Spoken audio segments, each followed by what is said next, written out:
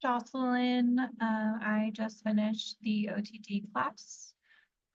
So some of the principles that I took from this course, definitely using more welcoming type of language for students. The more you are relevant to them when you're speaking or typing out, especially on an online class, the easier everything is to understand and they feel more engaged and welcome, as well as creating videos, even if it's just a random check-in every other week um, or just one orientation or any type of video that's added into the lessons will help create a welcoming tone and more engagement in the class.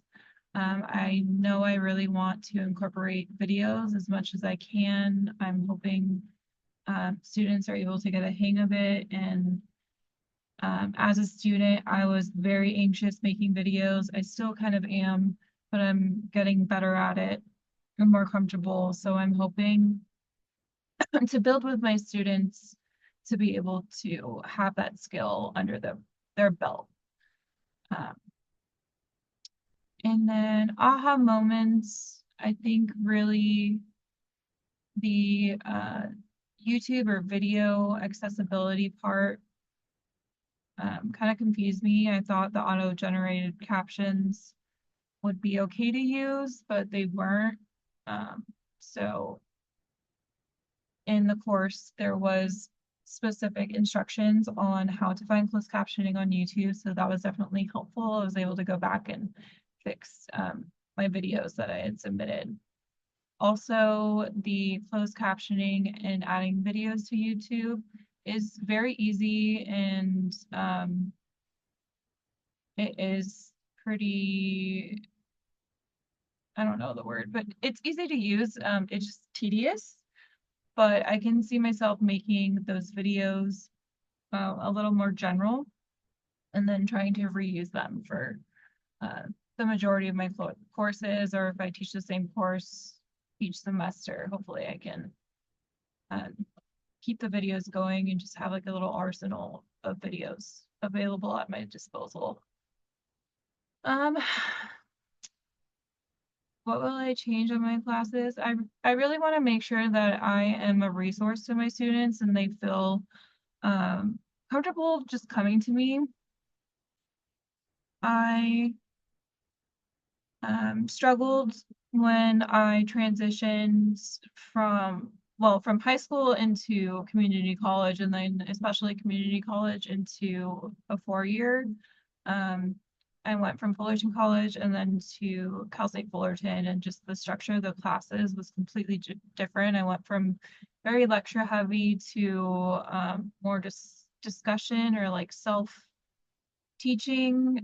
There's a lot of group activity where we were teaching each other, and I was not comfortable with that. And I ended up in academic probation, and I don't want my students to ever be in that situation. So I just want them to be able to talk to me, so I can give them advice, help them on their way, and prepare them for the next steps that they're planning to take. Um, and then what kind of affirmation for your own practice? Affirmation, I think, especially with the welcoming tone and the way that the text is written in your courses, I feel like throughout my academic journey, I've always been a little more like, I guess, democratic, might be the correct term with my words. I really try to stray away from academic jargon that always bothered me, and it wasn't until I was in my master's that I really like understood what people were saying.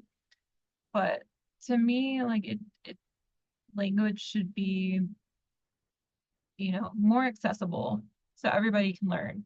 And then also studying as a public historian, you're supposed to write at a eighth grade level, so that way multiple people are able to understand what they're reading at a museum or historic site. So that's just always come with me, and I'll continue to take that. And it's interesting um, having it affirmed online as well as just like a teaching format. Especially when I do feel like I'm a strong writer, but sometimes I don't communicate clearly. So that was affirming to me to just be able to be more open and welcoming as I'm communicating. Um, are there new things you feel inspired to learn about? Um, I would love to get quick with reviewing videos, or not reviewing videos, but creating closed captioning for videos and just making videos. I used to do it at one of my jobs in Cal State Fullerton, and I created videos by screenshotting and using Camtasia and Storyline 365. And it's been a couple years since then, but the YouTube closed captioning was pretty similar to Camtasia editing in videos. And I remember I always enjoyed typing up the scripts and then matching them.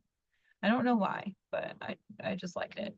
Um, so again, I want to make more videos so I can have that as a resource, and hopefully other professors can share the videos I take of screen recording, or even my face. And I don't care.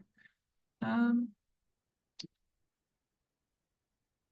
New skills. Oh, yeah, that's pretty much it. I want to master the video and accessibility, and I am thankful for this class. I did take at one 3 of those classes.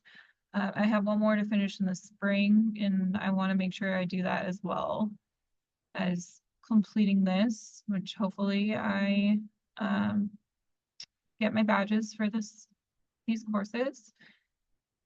And I was able to apply what I learned from this course to a project that I'm currently doing with my program, the HiSET program. I am reviewing the high school social sciences exam course. Um, so I've been able to go through and review and see if everything is accessible, if the videos are 6 minutes or less. Also make some updates to the sources from my background, and it's been great. So thank you. Thanks so much, Patty. And then also my mentor, you've been amazing. And I am excited to turn this in.